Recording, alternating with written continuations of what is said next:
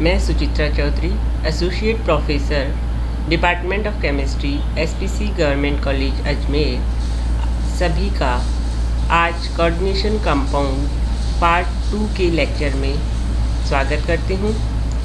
कल के वीडियो में हमने कोऑर्डिनेशन कंपाउंड चैप्टर स्टार्ट किया था, जिसके अंतर्गत कोऑर्डिनेशन कंपाउंड्स क्या होते हैं प्लस उनकी वर्नर थ्योरी के बारे में हमने डिस्कशन किया था। आज की इस क्लास के अंतर्गत हम लिगेंड्स के बारे में डिटेल स्टडी करेंगे। लिगेंड्स क्या होते हैं, कितने टाइप के होते हैं, विथ एग्जांपल्स हम इसको यहाँ पर डिस्कस करेंगे।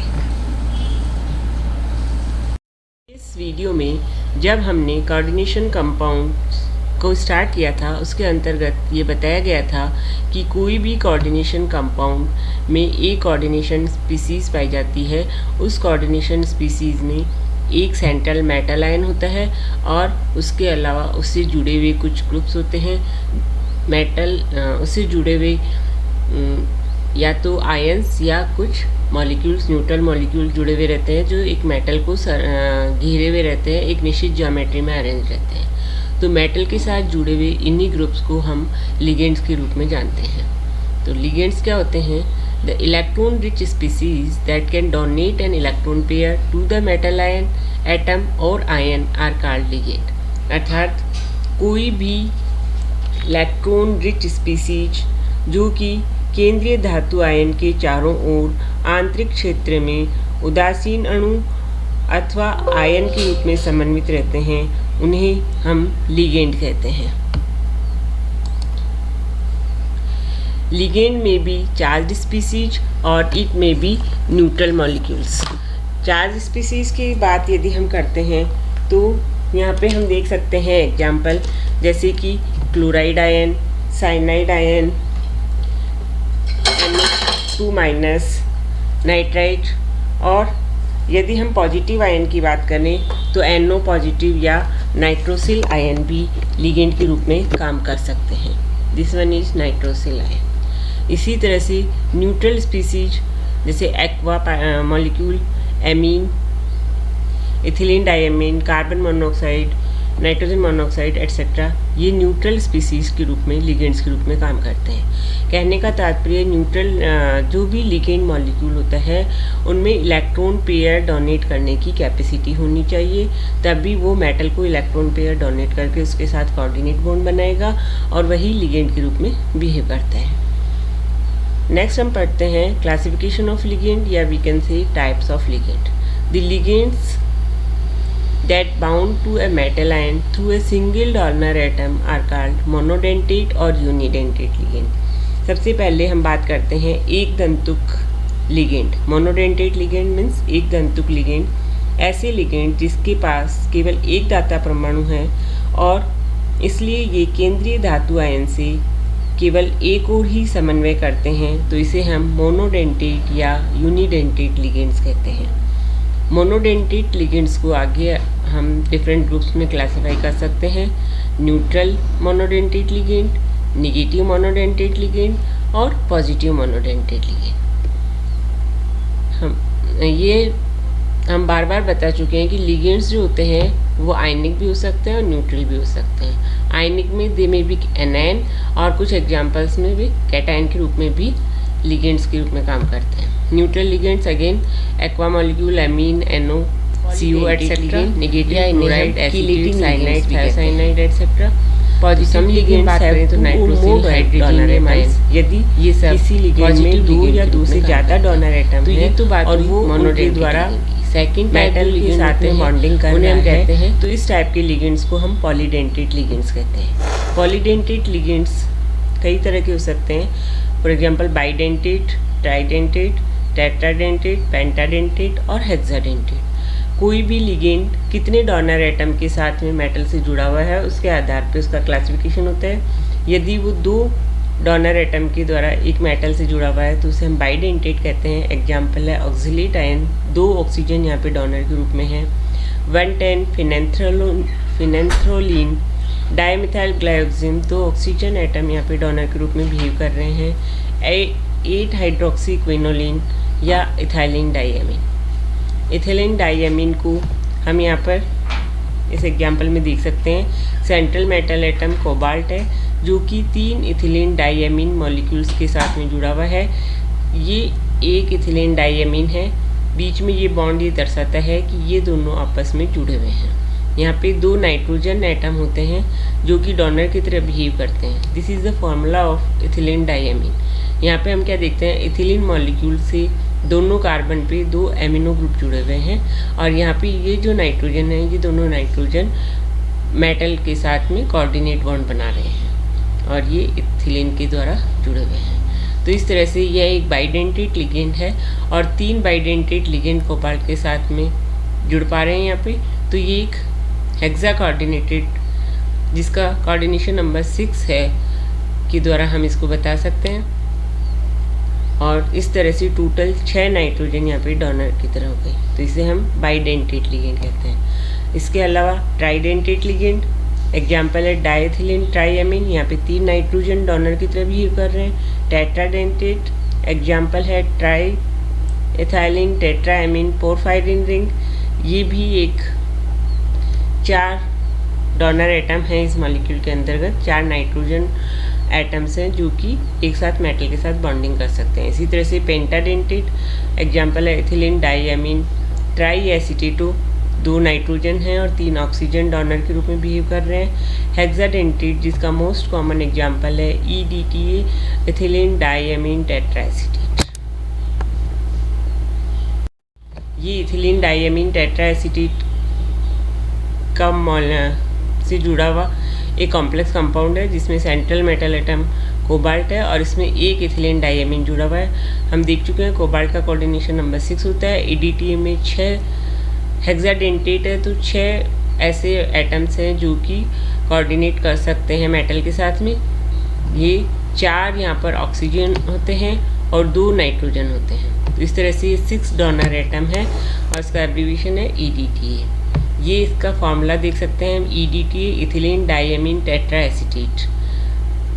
ये इथिलीन है और 2 नाइट्रोजन के साथ जुड़ा हुआ है, तो इथिलीन डाइएमीन। और प्रत्येक नाइट्रोजन की दोनों वैलेंसी जो है वो एसीटेट ग्रुप के द्वारा सेटिस्फाई हो रही है। तो 4 एसीटेट ग्रुप है, एक नाइट्रोजन से 2 एसीटेट ग्रुप और दूसरे नाइट्रोजन से 2 एसीटेट ग्रुप। यहाँ पे जो ब्लू कलर का ऑक्सीजन है ये यहाँ पे डोनर एटम की तरह बिहेव कर रहा है। तो एक ऑक्सीजन एटम्स, ये second, this one is third and this one is fourth. ये 4 ऑक्सीजन डोनर की तरह बिहेव कर रहे हैं और ये 2 नाइट्रोजन डोनर हैं। तो इस तरह से ये 6 डोनर एटम्स हैं। इसे हम हेक्साडेंटेट लिगेंड कहते हैं और बहुत ही कॉमन एग्जाम्पल है। इसका फॉर्मूला भी आपको याद रहना चाहिए, इसको आपको पता होना चाहिए कि इसमें कितने डोनर एटम हैं और कौन कौन से डोनर एटम हैं। इसके बाद में मोनोडेंटेट पॉलीडेंटेट लिगेंड के बाद में अगली टर्म आती है एम बाइडेंटेट लिगेंड या उभयदंतुक ligand. Some ligands have 2 or more than 2 different donor atoms. These ligands can attach through any of the donor atoms, are also known as ambidentate ligands. These are also monodentate ligands. अर्थात ऐसे ligand जिनमें ligand के पास 2 या अधिक दाता परमाणु होते हैं, लेकिन संकर बनाते समय केंद्रीय धातु आयन से केवल एक दाता परमाणु जुड़ा होता है, इसलिए इनको हम मोनोडेंटेट लिगेंड कहते हैं। इनमें एक ही लिगेंड में 2 या 2 से ज़्यादा डोनर एटम होते हैं, लेकिन मेटल के साथ में केवल एक एटम एक बार में कोऑर्डिनेट करता है। उसमें कैपेसिटी होती है कि वो 2 डिफरेंट एटम के साथ कोऑर्डिनेट कर सकते हैं। तो इस टाइप के लिगेंड को हम एम बाइडेंटेट लिगेंड या उभयदंतुक लिगेंड कहते हैं। कुछ एग्जाम्पल यदि हम देखते हैं, NO2 जो है, इसमें डोनर एटम में भी आइदर नाइट्रोजन और ऑक्सीजन। अगर ऑक्सीजन डोनर एटम है तो इसको हम कहते हैं नाइट्राइट लिगेंड और ये ऑक्सीजन के द्वारा मेटल से जुड़ा हुआ होता है। अगर नाइट्रोजन डोनर एटम है तो इस लिगेंड को हम कहते हैं नाइट्रो। अर्थात डोनर एटम के आधार पर उसका नाम थोड़ा सा चेंज होता है। इट मे बी नाइट्राइट और it may be nitro, depends on the nature of donor atom. इसी तरह से दूसरा एग्जाम्पल है SCN। डोनर एटम में भी आइदर सल्फर और नाइट्रोजन। यदि यहाँ पर डोनर एटम सल्फर है, SCN के रूप में लिगेंड है, तो इसे हम थायोसाइनेट कहते हैं। और यदि डोनर एटम नाइट्रोजन है तो इसे हम आइसोथायोसाइनेट के नाम से जानते हैं। इसी तरह से साइनाइड CN, इसमें भी डोनर एटम दो होते हैं, कार्बन और नाइट्रोजन। अगर कार्बन के द्वारा जुड़ा हुआ होता है मेटल से तो इसे हम साइनाइड लिगेंड के रूप में जानते हैं। और यदि यह नाइट्रोजन के द्वारा मेटल से जुड़ा होता है तो इसे हम आइसोसाइनाइड नाम देंगे। आगे जब हम पढ़ेंगे नॉमेनक्लेचर ऑफ कॉम्प्लेक्स कंपाउंड्स, तो यहाँ पर हमें लिगेंड्स का नाम भी देना पड़ेगा। तो उसमें हम ये बताते हैं, यदि इस टाइप के लिगेंड आएंगे एम्बाइडेंटेड, तो हमें ये क्लेरिफाई करना पड़ेगा कि वो किस एटम के द्वारा जुड़ा हुआ है, तो उसके आधार पे उस लिगेंड का नाम वहाँ पे लिखा जाएगा। They are given different names depending upon the nature of donor atom linked to the metal atom. अर्थात इनके नाम अलग अलग होते हैं जो कि डिपेंड करते हैं नेचर ऑफ डोनर एटम जो कि मेटल के साथ में जुड़ा हुआ है। नेक्स्ट टर्म जो कि लिगेंड से रिलेटेड है आती है कीलेशन, या इसे हम कहते हैं कीलेटीकरण। कीलेशन क्या होता है? When a polydentate ligand attaches itself to the same central atom through 2 or more donor atom, it is known as chelate ligand, and the compounds they make are called chelates। अर्थात जब कोई polydentate ligand, जिसमें हम bidentate या polydentate कोई सा भी लें, लिगेंड जिनमें एक ही धातु आयन से 2 या अधिक दाता परमाणु एक ही समय में जुड़ जाते हैं, तो इस प्रकार एक या अधिक रिंग का निर्माण करते हैं।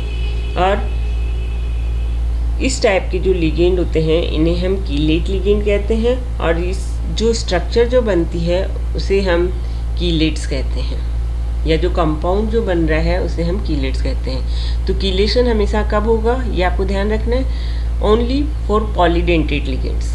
जब पॉलीडेंटेड लिगेंड होगा तब वहाँ पर कीलेशन प्रॉपर्टी पाई जाती है, क्योंकि मोनोडेंटेड लिगेंड में एक ही डोनर एटम मेटल के साथ में ट्रीट कर रहा है, कोऑर्डिनेट कर रहा है, तो वहाँ पे कोई रिंग फॉर्मेशन नहीं हो सकता। लेकिन जब पॉलीडेंटेड लिगेंड होते हैं जिसमें 2 या 2 से ज़्यादा डोनर एटम होते हैं और वो एक मेटल के साथ जुड़ते हैं, तो वहाँ पे एक रिंग फॉर्मेशन होता है। इस रिंग फॉर्मेशन की वजह से इस जो कंपाउंड बनते हैं उन्हें हम कीलेट्स कहते हैं, और इस टाइप के लिगेंड्स को कीलेट लिगेंड कहते हैं। तो दीज कॉम्प्लेक्सेस जिसे हम कीलेट्स कहते हैं are more stable than complexes formed from monodentate ligand. ये ज़्यादा स्टेबल होते हैं due to formation of chelate rings. The enhanced stability is known as chelate effect. तो इनकी जो एक्स्ट्रा स्टेबिलिटी होती है उसे हम कीलेट इफेक्ट के नाम से जानते हैं। The stability of a chelate is also related to the number of atoms in the chelate ring. जो उस कीलेट की स्टेबिलिटी है वो number of atoms in a ring पर भी डिपेंड करते हैं। In general, chelates containing 5 or 6 membered rings are more stable than chelates with 4, 7 or 8 membered ring। तो ये पाया गया कि जिस रिंग में 4 और 5 मेंबर से रिंग बनती है वो ज़्यादा स्टेबल कीलेट कंपाउंड होंगे बजाय कि 4, 7 या 8 मेंबर रिंग के। तो in simple language we can say all polydentate ligands are chelating agents. अर्थात सभी पॉलीडेंटेड लिगेंड जो होते हैं वो कीलेटिंग एजेंट होते हैं। तो कीलेटिंग एजेंट के एग्जाम्पल आपके क्या होंगे, जो अभी हमने bidentate, tridentate, tetradentate, hexadentate, pentadentate के जितने भी एग्जाम्पल पढ़े हैं, all ligands are chelating agents.